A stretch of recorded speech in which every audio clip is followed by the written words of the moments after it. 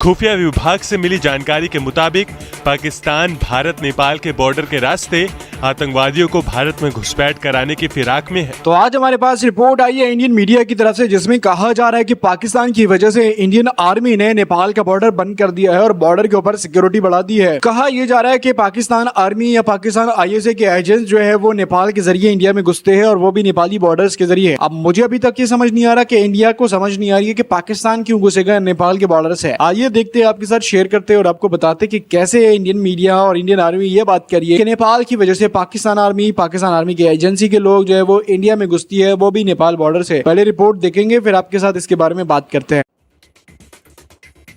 जम्मू कश्मीर में धारा 370 हटने के बाद से पाकिस्तान लगातार आतंकवादियों को भारत में घुसपैठ कराने की कोशिश कर रहा है। खुफिया विभाग से मिली जानकारी के मुताबिक पाकिस्तान भारत नेपाल के बॉर्डर के रास्ते आतंकवादियों को भारत में घुसपैठ कराने की फिराक में है। दरअसल खुफिया विभाग ने ऐसे 7 पाकिस्तानी नागरिकों के बारे में पता लगाया है। आशंका जाहिर की जा रही है कि इनकी संख्या इससे भी कहीं ज्यादा है और इसलिए भारत नेपाल सीमा हाई अलर्ट पर है।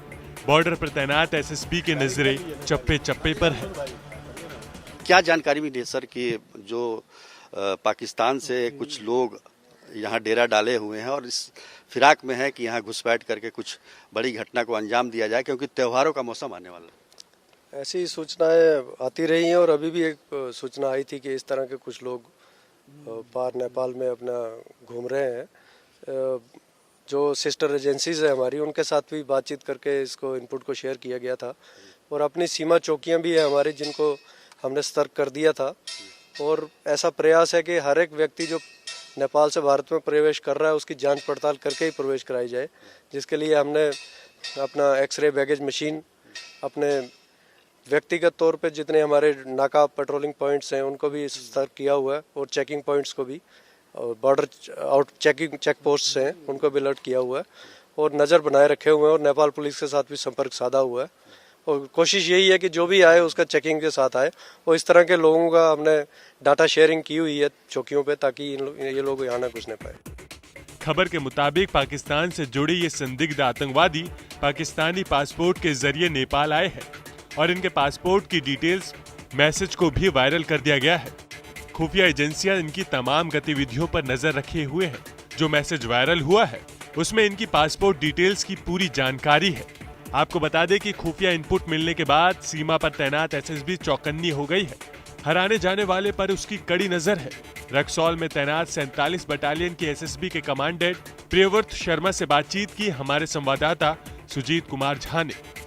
हम आपको दिखाने जा रहे हैं कि किस तरीके से भारत नेपाल दोनों तरफ के जो सुरक्षा कर्मी हैं वो चौकसी कर रहे हैं सीमा पर, क्योंकि जिस तरह से आतंकवादियों के नेपाल के रास्ते भारत में घुसने की आशंका व्यक्त की गई है और जो कुछ सबूत मिले हैं उसके कारण भारत और नेपाल, भारत के एसएसबी और नेपाल की तरफ से आर्म्ड पुलिस फोर्स जो है वो दोनों संयुक्त रूप से गश्त करते हुए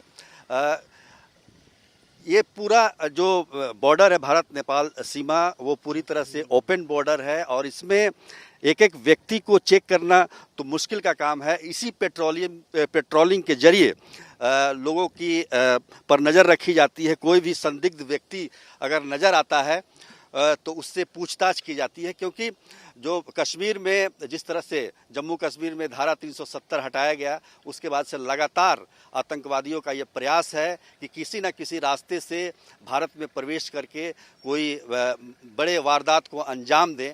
और इसी को रोकने के लिए तमाम सीमाओं पर, चाहे वो जम्मू कश्मीर की सीमा हो, पाकिस्तान से लगा हुआ बॉर्डर हो या फिर भारत और नेपाल का ये ओपन बॉर्डर, ये सबसे सेफ जोन माना जाता है इस मायने क्योंकि ओपन बॉर्डर है और कई ऐसी घटनाएं हो चुकी है आतंकवादियों के यहाँ से प्रवेश करने की या बाहर भाग निकलने की। तो ऐसे में चौकसी काफ़ी बढ़ा दी गई है और दोनों देश के जो सुरक्षाकर्मी हैं इसमें तत्परता के साथ लगे हुए हैं। इंडिया नेपाल बॉर्डर पे ये कहा जा रहा है कि इंडिया नेपाल बॉर्डर पे सिक्योरिटी इसलिए बढ़ा दी है, चेकिंग इसलिए भी हो रही है, बॉर्डर को इसलिए भी बंद कर दिया गया है कि क्योंकि पाकिस्तान आर्मी के या पाकिस्तानी एजेंसीज के लोग जो है वो नेपाल में घुसते हैं और नेपाल से फिर इंडिया में आते हैं। पाकिस्तान के लोग जो है वो इंडिया में जाएंगे क्यों भाई, किस तरीके से? अगर उनको घुसना होगा तो कश्मीर से घुस जाएंगे या किसी और जगह से घुस जाएंगे। अब इतना लंबा प्रोसीजर कौन फॉलो करेगा? और फिर दूसरी बात ये कि अगर पाकिस्तान आर्मी के या पाकिस्तानी किसी एजेंसी के लोग नेपाल जाते हैं तो भाई पाकिस्तानी लोगों को पहले ये शोर करना पड़ता है कि भाई आप कितने दिन के लिए जाओगे। अगर आप ज्यादा दिनों के लिए जाओगे, शोर नहीं हो पा रहे कि भाई आप कितने दिन के लिए गए हो, तो जाहिर सी बात है फिर नेपाल की आर्मी या नेपाल की एजेंसी तो आपको ढूंढना स्टार्ट कर देगी कि भाई आपका तो जो टाइम पीरियड था वो इतने दिन का था और इतने दिन बाद भी आप नहीं गई, तो इसलिए फिर प्रॉब्लम हो जाएगी। लेकिन इंडिया को इस बात की भनक नहीं है और इंडियन वाले कह रहा है कि भाई पाकिस्तान के लोग जो है वो नेपाल के जरिए इंडिया में घुसते हैं। अब इंडियन मीडिया को इस बात का भी